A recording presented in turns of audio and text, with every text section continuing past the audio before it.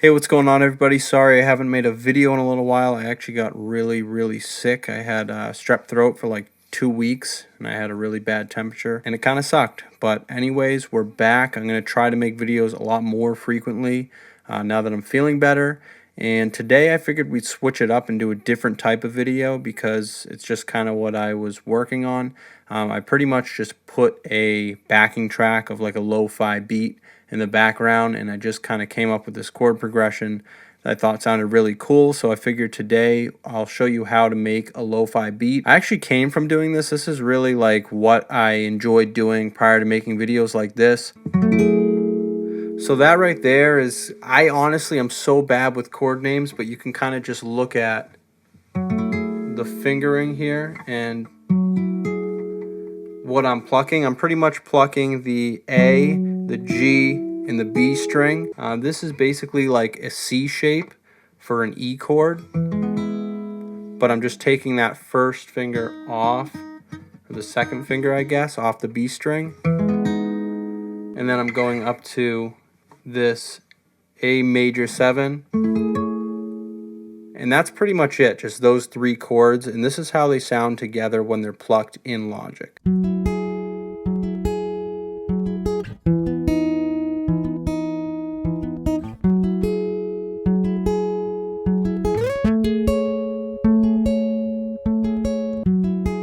Okay, so that's how it sounds, and it might not sound that great. I actually recorded this DI, so I just plugged in an acoustic guitar into my interface and then recorded it that way, which doesn't always sound the best, but the cool thing about lo-fi is it really doesn't matter. It's called lo-fi for a reason. Hi-fi is high fidelity, high quality. Lo-fi is lo-fi. It's just, I mean, it doesn't really matter as long as it sounds sort of jazzy and cool by the end of whatever you do to it. So we're going to kind of mess with it right now. I'm going to raise the gain a little bit, and then we're going to add in some plugins to make it sound cool. All right, so for the budget people, we are going to basically just start off with stock plugins, and then we're going to use a free plugin by Izotope called Vinyl, and you can also use RC Retro Color. That's like a $100 plugin or something like that. Sometimes they have it on sale. I definitely recommend it. It's a really cool plugin, and it gives you a lot of those crackle vinyl sounds, and but so does vinyl too. I just think that the retro color one sounds a lot better. That's just my personal opinion. Okay, so we're gonna roll off some of this low end first.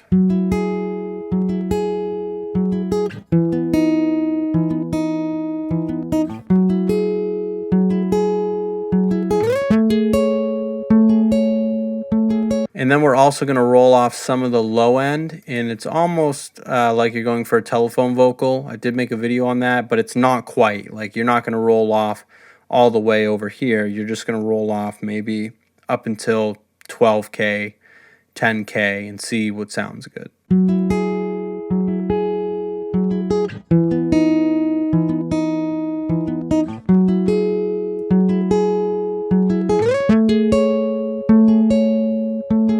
So basically what that's doing is lowering the quality. It actually like sounds almost worse in a way, but it sounds cooler at the same time. It sounds like you're sort of getting it from a sample off of a record. So next thing we're going to do is just add a compressor. This is just like something I always do, so I don't think you necessarily need to, but that's totally up to you. I think it just tames it a little bit.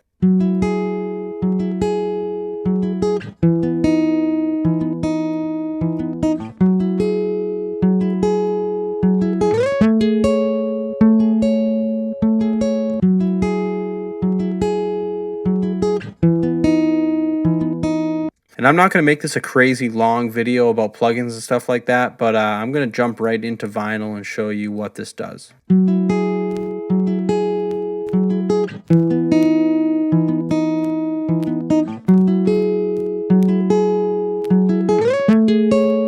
Okay, so you can tell right away you have this dust, this little scratching sound. I'm going to be honest with you, I don't like how this sounds on this particular plugin. You know, it's just not nearly as good as the retro color one, but whatever. I mean, it'll do for now. Some weird thing happened with my other plugin, the retro color one anyway, so I'm gonna keep this. I'm just gonna kind of keep it tamed down here, and we're gonna boost up the mechanical and electrical, and that kind of just adds some noise, makes it sound cool.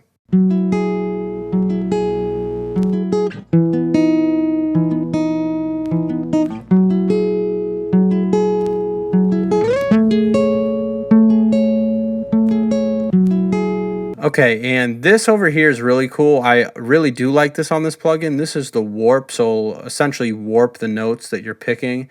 And I just think that gives it a lo-fi sound. Like this is everything to me. When everything is just played perfectly, like do do do, do do do, it's just boring. So when you warp the notes a little bit, it just adds this little flavor, gives it that lo-fi vibe. And adding both of these things, I think you guys should definitely wear headphones and you'll really understand what these two are doing. But it's just adding noise essentially. Now I do like this up here. You can choose which year that the vinyl is coming from, which is very cool. And I found the further over to the left you go, it seems like it gets like a thinner sort of sound. Whereas if you go to the 80s, the 2000s, it's a much more full sound. But if you go over to 1950,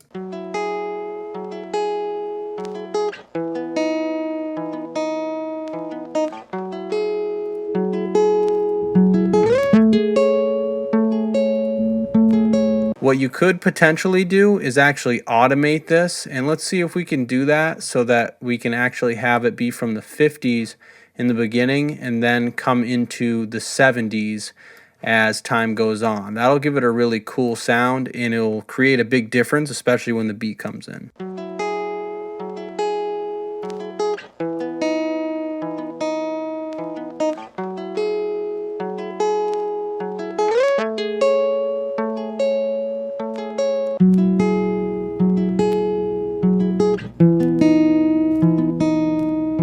So now that that's automated, every single time that this changes over, it will go from the 50s to the 70s. So it'll pretty much sound thin and then it'll come in and be full, and then added along with a beat is going to sound really cool. So let's go ahead and add a little bit of reverb to this and just give it a little bit of space. But then we're going to jump right into building the beat and sound selection. I'm going to go up here to Sound Toys and use Echo Boy Jr. I really like this plugin. Set the mix to 100%.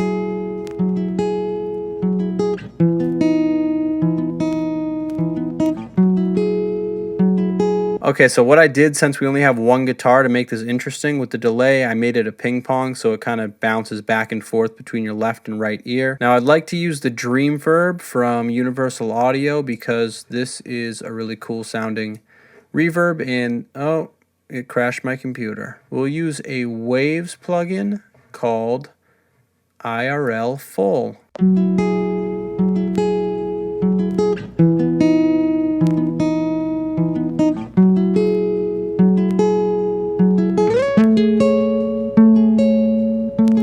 Okay, so that sounds pretty good to me. Let's just use that as a starting point and we're going to build a beat off of that. I don't want to spend too much time mixing stuff, but I do think that's important to sort of get a general lo-fi sound for guitar. All right, and the sounds that I'm using are all from Splice. I have used Splice for a couple years now and I do really like their sounds. It just makes it easy. They have an app, so it's like, all right, kind of just use that. Let's go into this over here, and we're going to go to drums, and then we are going to go to kicks, and this is what we're going to start with.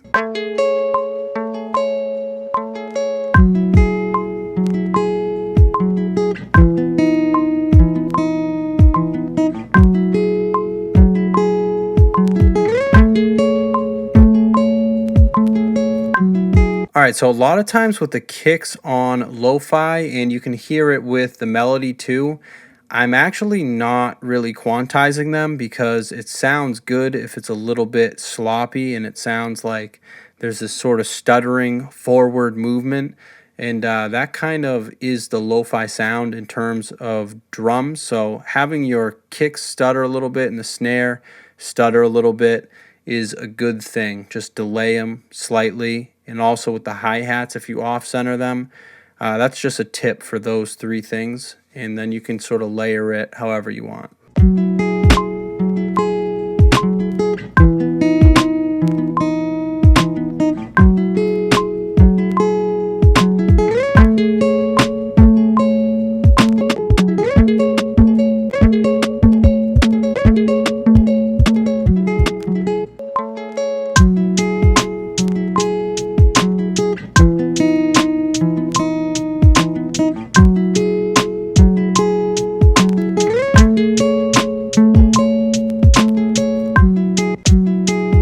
So the hi-hats, I think just off centering them a little bit really gives it some forward movement that you sort of just want to relax or bob your head.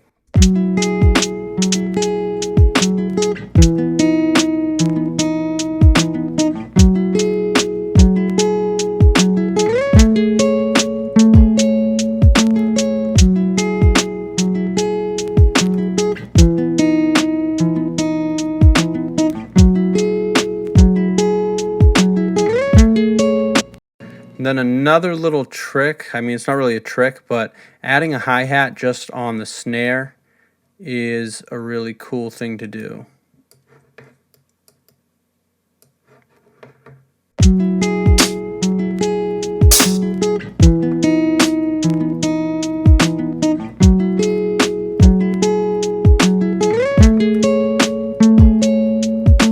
So with just those three instruments, you should be able to get a pretty good bounce and then start working in some other instruments. A really good thing to do is to actually listen to some loops that have been made because they're very well made on Splice. So just listen to those first and then sort of try to recreate them or listen to some of the instruments they're using, and that way you'll come up with a lot better loops. Okay, so we are going to add some piano now and just sort of do the chords for the time being, maybe add in some notes here and there. I'm terrible at piano. I'm going to have to do these individually using MIDI, and we're going to be using Keyscape.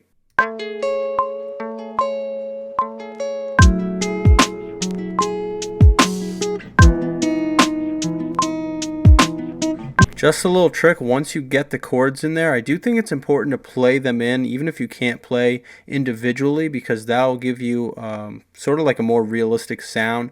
But once that's in there, you can actually adjust the velocity to make it a little bit quieter. So that's essentially as if you were playing the notes quieter, and for lo-fi, it really does work, and it sounds really cool.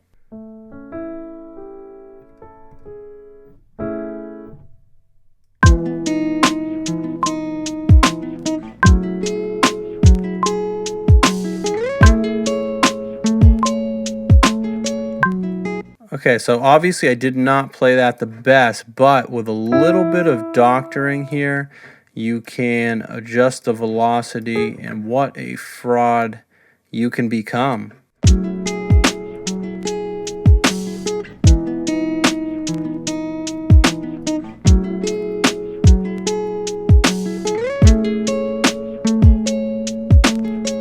So that sounds pretty cool to me. What we're going to do is actually add vinyl on this as well. And we're really only going to be adding the warp, I think, because that sounds really cool on pianos.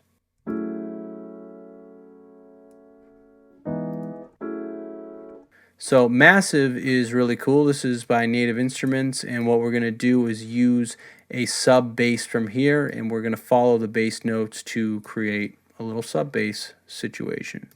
So we started on F sharp, then we go to E, then we go back to F sharp, and then we're going to go to A. Very simple. Really just going to follow this to the T.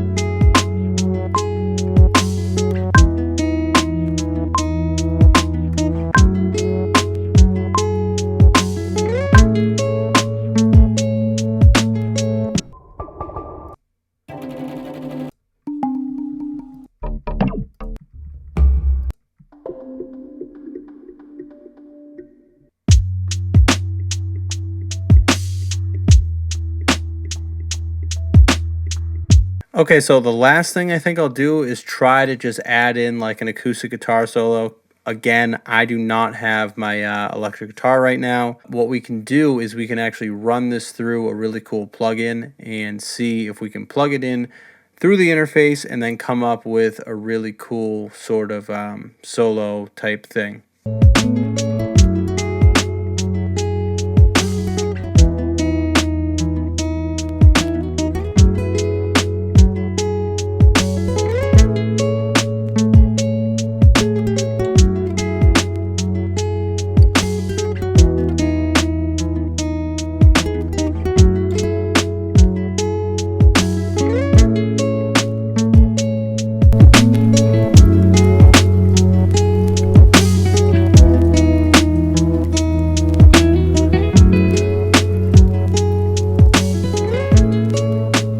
Alright guys, so that is it for the video, and that's my take on a lo-fi beat. Again, I'm not like the sickest at making these, but this was a very fun video to create, and if you guys got anything out of it at all, or you just enjoyed watching it, please subscribe to the channel or like the video. It helps a ton. So I'll see you in the next video.